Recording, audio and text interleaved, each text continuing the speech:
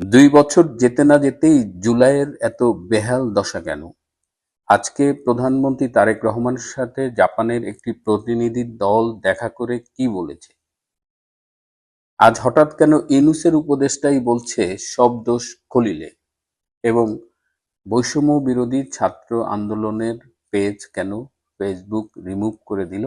আজকে এই বিষয়গুলো নিয়েই কথা বলবো। সাথে সাধারণ ছাত্রছাত্রী বা জেনজি তারা কি ভাবছে? সাথে আসুন জুলাইকে কিভাবে মূল্যায়ন করছে একজন তরুণীর মুখে সেটা শুনবো। আজ এসব নিয়েই আলোচনা করব। শেষ পর্যন্ত সাথে থাকবে। প্রীতি, সালাম এবং শুভেচ্ছা নেবেন। আজ ১লা জুলাই ২০১৬ সালের এই দিনে গুলশানের হলি আর্টিজানে জঙ্গি হামলায় ২ জন পুলিশ নিহত হয়েছিল, ৫০ জন পুলিশ কর্মকর্তা আহত হয়েছিল। এছাড়া অনেক বিদেশি, দেশি অনেকেই নিহত হয়েছিল। সেই জঙ্গি হামলার এবার ১০ বছর পূর্তি হলো। আজকে বাংলাদেশের প্রধানমন্ত্রী তারেক রহমানের সাথে জাপানি একটি প্রতিনিধি দল দেখা করে। সেই প্রতিনিধি দলে জাইকার প্রেসিডেন্ট ছিলেন, জাপানের বৈদেশিক সম্পর্ক বিষয়ক সংসদীয় উপমন্ত্রী শিমাদা তোমাকি ছিলেন। তারা কি বলেছেন? পত্রিকায় দেখলাম তারা মাতারবাড়ি প্রজেক্ট এবং অন্যান্য project, metro rail, third terminal এসব নিয়ে কথা বলেছে। কিন্তু জাপানি প্রতিনিধি দল খুব স্পষ্টভাবে তাদের অসন্তোষ প্রকাশ করেছে জাপানি সহায়তায় যে মেট্রো রেল করা হয়েছে ঢাকায়। সেই মেট্রো রেলে আপনারা জানেন কুরবানির সময় গরুর হাট বসেছিল। এছাড়া জুলাই আগস্টের জঙ্গি আন্দোলনের সময় এই মেট্রো রেলের স্টেশন ক্ষতিগ্রস্ত করা হয়েছিল। এছাড়া মেট্রো রেল এর বিভিন্ন জায়গায় মাটি কেটে নেওয়া সহ বিভিন্ন রকমের অভিযোগ জমা হয়েছে।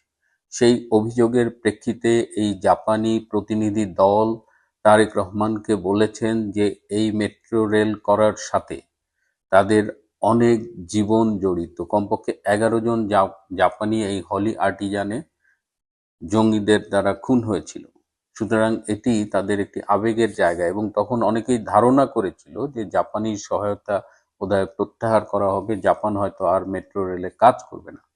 বরং তারা শোককে শক্তিতে পরিণত করে মেট্রো রেলের কাজ সময় মতো কমপ্লিট করেছে এবং আগের সরকারের আমলে তারা এই কাজগুলো করেছে। আমি যখন অস্ট্রেলিয়া ন্যাশনাল ইউনিভার্সিটিতে পিএইচডি করতাম, ঠিক আমাদের সময়ে তখন মাস্টার্স করতো জাপানি এক তরুণী, আতসুকো তানাকা। আমার খুব ভালো বন্ধু ছিল। এই আতসুকো তানাকার বাবা একজন প্রকৌশলী ছিলেন এবং এই মেট্রো রেল ব্যাপারে খুব এক্সপার্ট ছিলেন। তিনি তার রিটায়ার্ড লাইফে ৮০ বছর বয়সে এই বাংলাদেশে এসেছিলেন এই মেট্রো রেল করতে এবং হি ওয়াজ কিলড অন দ্যাট ডে। আমার ধারণা ছিল যে আতসুকো তানাকা বোধহয় আমার উপরে, বাংলাদেশের উপরে খুব রাগ করবে। কিন্তু আমাকে খুব অবাক করে দিয়ে আতসুকো তানাকা বলেছিল, এবং সে বাংলাদেশে এসেছিল তাও বাবার মৃত্যুর পরে, সম্ভবত ২০২৩ সালে, এবং সে একটি শান্তি সপক্ষে চিঠি লিখেছিল বাংলাদেশের প্রধানমন্ত্রী শেখ হাসিনাকে। এবং তারা এই যে বাবাকে হত্যা করেছে এর জন্য তার কোনো ক্ষোভ নেই দেখলাম, বরং সে শান্তির পক্ষে, যেন বাংলাদেশের স্কুল ছাত্রছাত্রীরা শান্তির পক্ষে কিভাবে কাজ করতে পারে সেটা নিয়ে সে বাংলাদেশে কিছু করা যায় কিনা সেজন্যই সে বাংলাদেশে এসেছিল।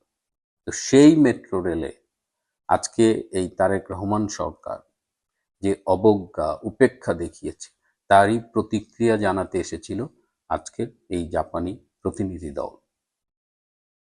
এই জুলাই আগস্ট শুনতে শুনতে কান ঝালাপালা। এখন তো ফেসবুক খুললে জুলাই সিডিআই। আমি জানি না এই সিডিআই বলতে কি বোঝে। তবে খুব মজার একটা ব্যাপার হলো যে বৈষম্য বিরোধী ছাত্র আন্দোলন, যারা এই নামের আড়ালে জামাতের হয়ে, শিবিরের হয়ে, জঙ্গিদের হয়ে জুলাই আগস্টে একটা গন্ডগোল করেছিল, অভ্যুত্থান করেছিল তাদের ভাষায়, সেই বৈষম্য বিরোধী ছাত্র আন্দোলনের যে ফেসবুক পেজ ছিল সেটা ফেসবুক পেজ কর্তৃপক্ষ মেটা ডিলিট করে দিয়েছে।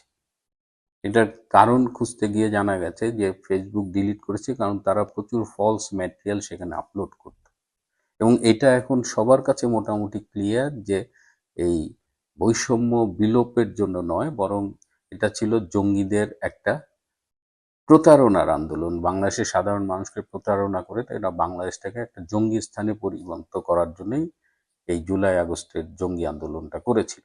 সুতরাং ফেসবুক তার সেই কাজটি করেছে।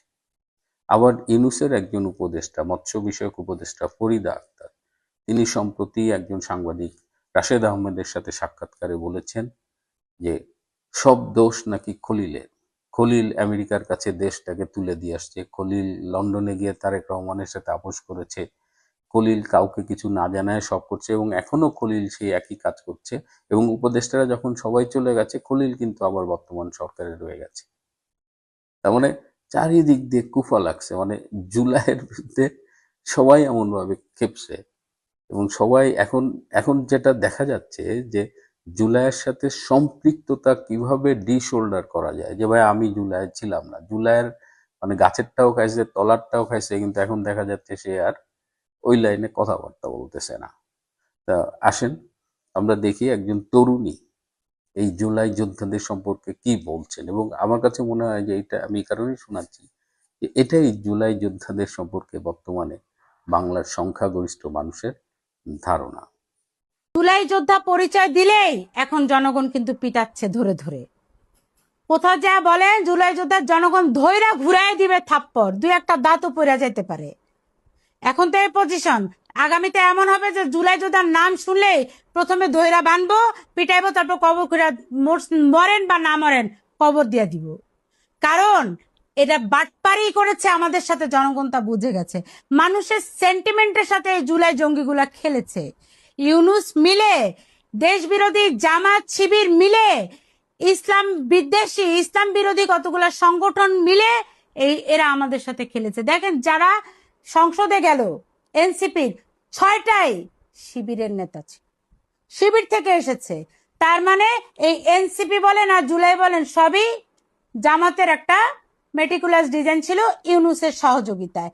এই জুলাই জঙ্গিগুলাকে মানুষ কিভাবে বিশ্বাস করবে? সেই দিনে তো এই মৌলভীবাজারে ডারবি নাসির আর সার্জিস দুইজনে মিলে গেল কোথায়? ছাত্রলীগের নেতা শাম্মুর শ্বশুরের বাসায়। শাম্মুর শ্বশুরের কোলে পারে না উঠা বসে ডারবি নাসির, দুজন একলগে বসে মোবাইল দেখতেছে। খুব ক্লোজ না হলে, খুব ঘনিষ্ঠ না হলে এভাবে কেউ কারো পাশে বসে মোবাইল দেখে না। তারপরে সার্জিস কি রিল্যাক্স মোবাইল দেখতেছে, তার মানে ভদ্রলোকের সাথে তাদের আনাগোনা আছে। এই হলো জুলাই জঙ্গিদের অবস্থা। সকালে বলে দোসর দোসর, আর বিকালে গিয়া দোসরের ঘরে গিয়া বিরিয়ানি খায় আর ঘুমায়। এই যদি হয় জুলাই, তাহলে জুলাই যোদ্ধাদেরকে মানুষ পিটাবে না তো কি করবে?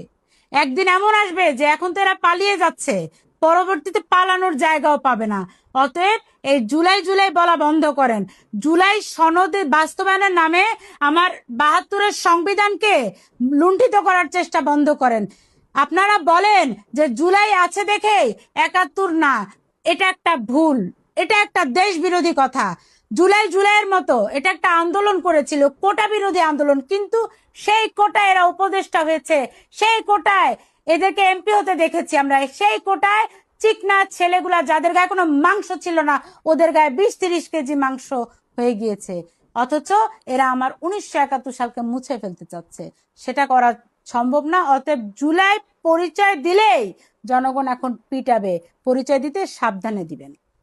প্রিয় বন্ধুরা, আজ এ পর্যন্তই। ভালো থাকবেন, সুস্থ থাকবেন, তার চেয়েও জরুরি হলো নিরাপদে থাকবেন। সবাই